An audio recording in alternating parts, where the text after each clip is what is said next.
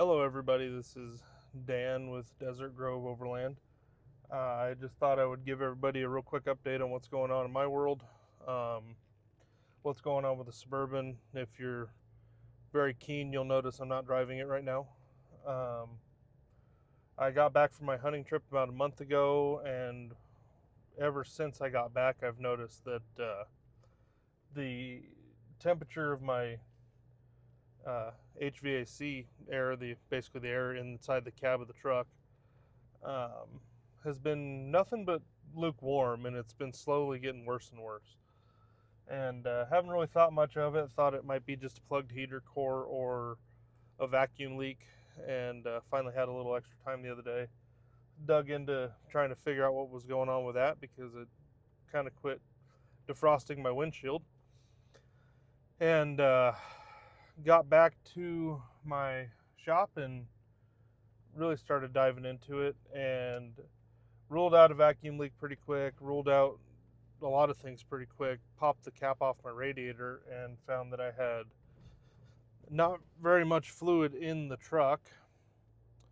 And what was there was basically a clay type substance. I'll add a picture of it here.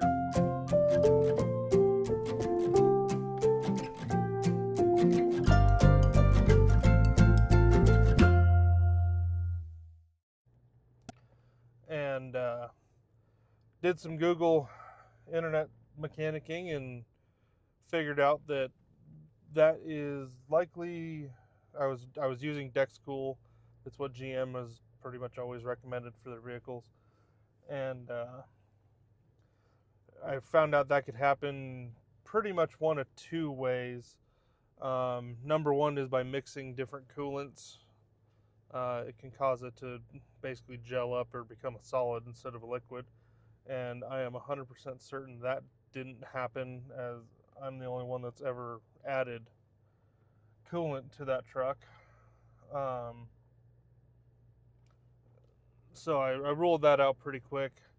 Did a little more reading about it and figured out it could be a bad head gasket, and not the kind that mixes oil and coolant, but the kind that mixes exhaust gas from the cylinder and coolant.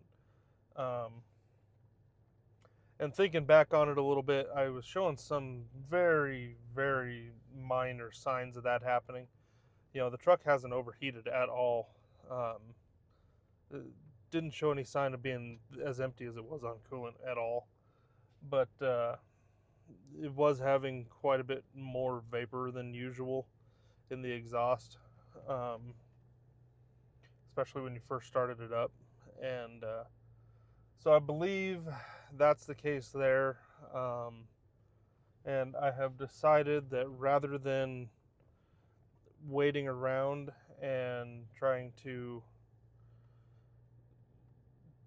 fix the 200,000 mile now 454 that's in it with a throttle body, I decided I'm just going to go ahead and save the money I was going to spend on fixing that head gasket, save up a little more money, and try and install a 6-liter LQ4 out of an early 2000s truck.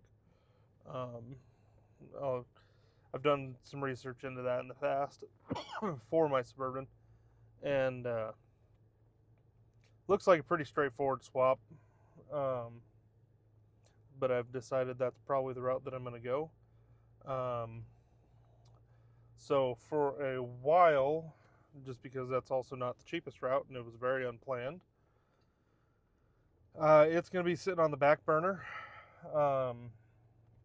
I've got it just sitting in my shop, and it's going to basically, I'm going to start collecting parts, and whenever I've got everything I need, or I think I need, I'm going to go ahead and start the swap, and I will do my best to film as much of that as I can. That way anybody else that might be interested in a 6-liter swap would have my piss poor idea how that goes. Other than that, I thought I would go ahead and introduce to you what I'm going to be driving in the meantime, kind of what I'm planning on doing with it. If you watched a couple videos ago, I talked about my work truck. It's a red 2018 Ram 1500 with the Eco Diesel in it. And in that video, I did quite a bit of bashing on this truck because it's kind of exactly what I don't want people to do, or I don't think people should do in order to get into overlanding or anything like this. But I happen to own it, and other life circumstances mean I don't need to use it for work nearly as much anymore. So I'm going to go ahead and start fooling around with it and building it up just to make it kind of fill in the hole until my Suburban's done, and then it gets to get turned back into just a regular truck for me. I'm going to pull over here and we'll do a little quick walk around of it, and I'll give you an idea what's going on with it, what I need to fix on it before it's very decent, and what I'm going to build for it. So I'll check you out in a second. All right, in the words of Grand Thumb, I think let's go ahead and talk about this thing tip to butt. Here in the front, I've got a Hoke Off-Road Amazon special bumper. I'd been in an accident in this truck a couple years ago, and rather than replace it with factory, I thought these looked okay, and I had no intention of using the truck for off-road purposes, but did gain me a little bit of ground clearance, so that's good. I've got a Badlands Apex winch in there too, same one I've got in my Suburban. It's been fine. I've used it to drag a couple cars on trailers, but nothing more than that. I don't think I would pull on it very hard. This bumper's not made, doesn't seem like it's made sturdy enough to pull the whole truck if it was stuck. But it might get me out in a pinch, so we'll try that. Here on the passenger side of the truck, or on the driver's side, go around this side, I've got some Ultra rims that I bought on Tire Rack a bunch of years ago, and some, well, what's left of some BF Goodwrench KO2s. Those Ultra rims actually came off another one of my work trucks, and I hate factory wheels, so I went with those because they were free and paid for.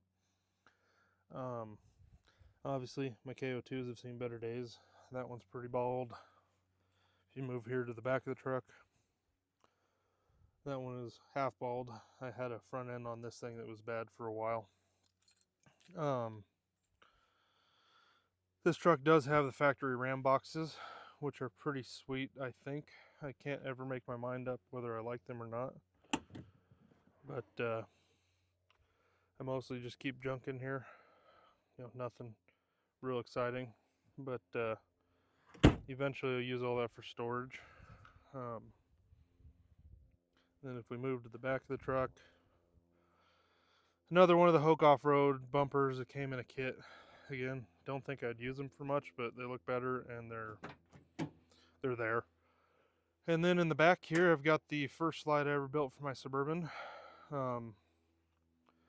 It's got nothing but work tools in it right now, but eventually I'm going to go ahead and turn that into more of a camping setup. I doubt I remake slides for this truck. It's kind of a temporary fix for me using it, but I'm planning on using it nonetheless. I'm going to get rid of the tonneau cover whenever I build. I'm going to build a rack for the back of this. That way I can put my tent on it and my mat tracks and probably my shower box. I can throw my tools in one of these boxes on the side. And then other than that, it's a 2018 Ram 1500.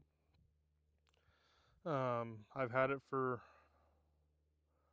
going on 130,000 miles now, and I seem to have no issues with it. It's kind of a unicorn to me. These Ram box, or these Eco Diesel Rams, are not the best truck from what I understand, but I seem to do all right with it. It gets about 20 miles a gallon the way it sits, and yeah, future plans for it. Like I said, I'm gonna build a rack for my tent. That'll probably get done sometime next month, hopefully. I'm gonna get tires in the next week or two. I'm not sure what kind of tires I'm going to get. We'll see what strikes me whenever I'm at the tire place. Um, may or may not add an airbag to this thing. It does. I don't need it for work as much anymore, just for commuting and for my own pleasure now.